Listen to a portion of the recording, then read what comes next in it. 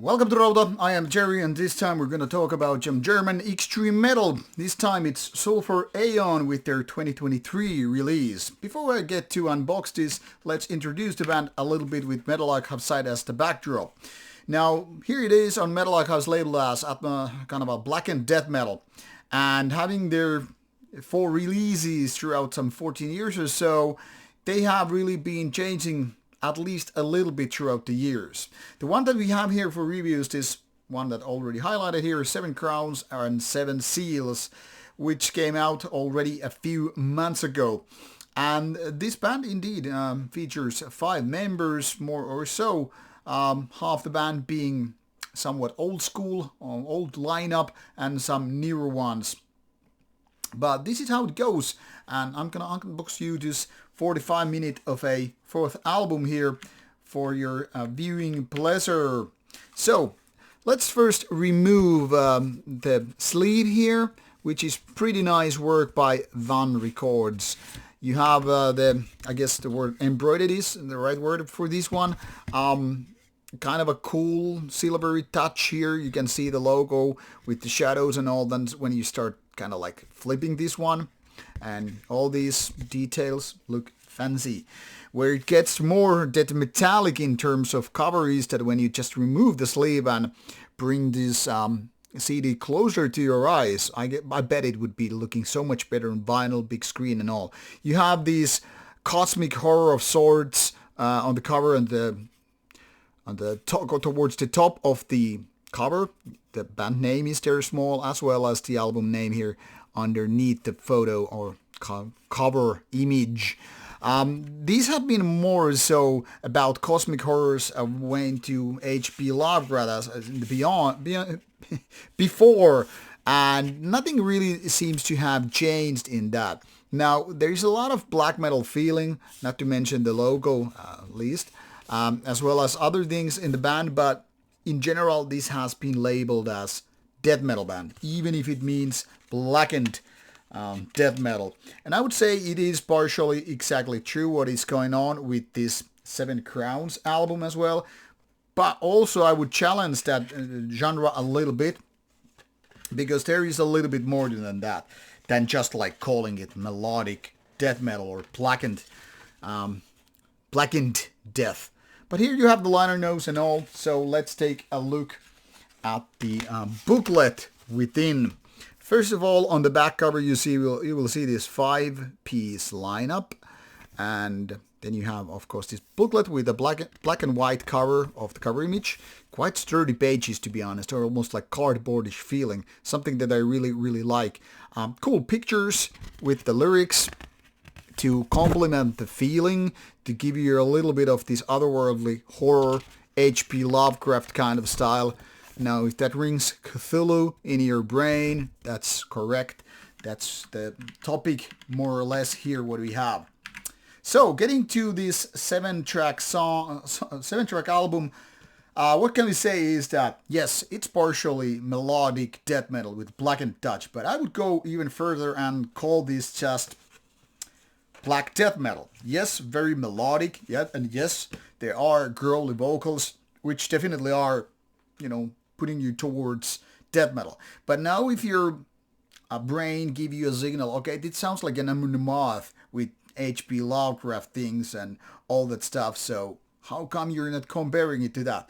First and foremost, for 2 reasons. First of all, this more like sounds like melodic black metal thing. I'm not exactly talking about dissection or the Swedish style, but yes, roughly so.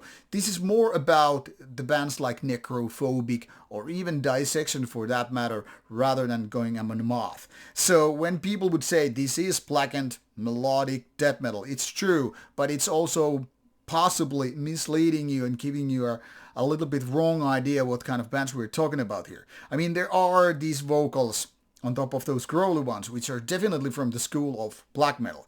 And then this blending in, not just the vocals, but riffs and maybe production too. I mean, that's where the genre borders get broken, the fences go down, and you're like, okay, this part actually sounds more like a death metal part, and now you have more like a black metal part. So it's shifting back and forth with that, and there's nothing wrong with that. I'm just saying this is a little bit different than what happened with the previous album, The Scythe of Cosmic Chaos, 5 years earlier. So during 5 years, including the so-called pandemic era, I guess these guys had a time to rethink how they were going to perform their music and what kind of stuff they are going to perform in the future.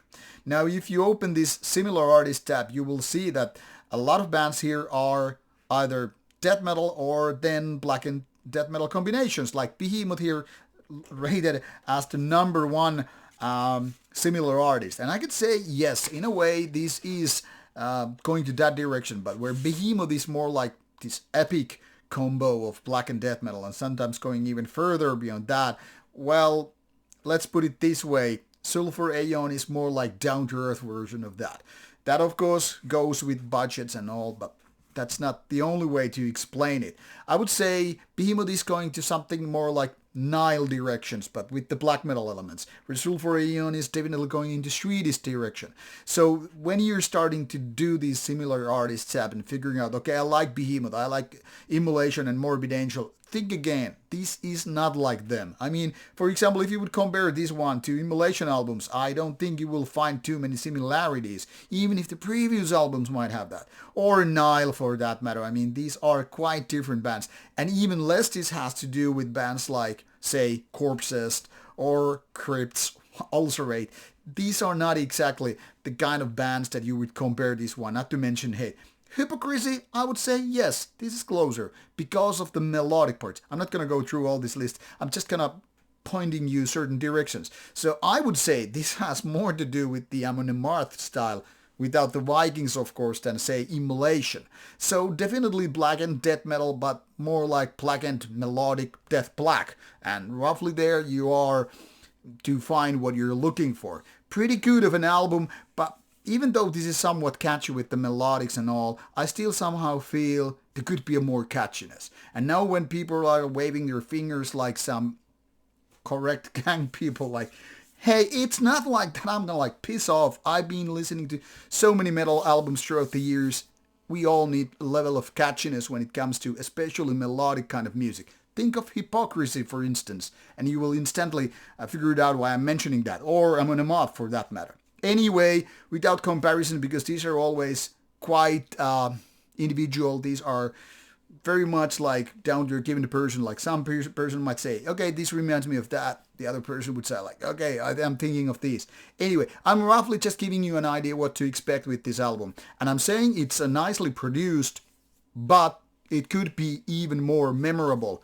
Now, off you go to check it out. I strongly recommend you to check out, even if you're a little bit allergic to black metal, or even if you're allergic to Amon Amarth. It's not like that, even if I would put them roughly, partially anyway, in the same box. So now off you go, check out Sulphur Aeon or check it out not. The links are provided in the description box. Thanks for your time, and should you have any questions or comments, use the comment box below or join Rauta's wonderful Discord for metal talks every day. Thank you for your time. Take care. Bye bye.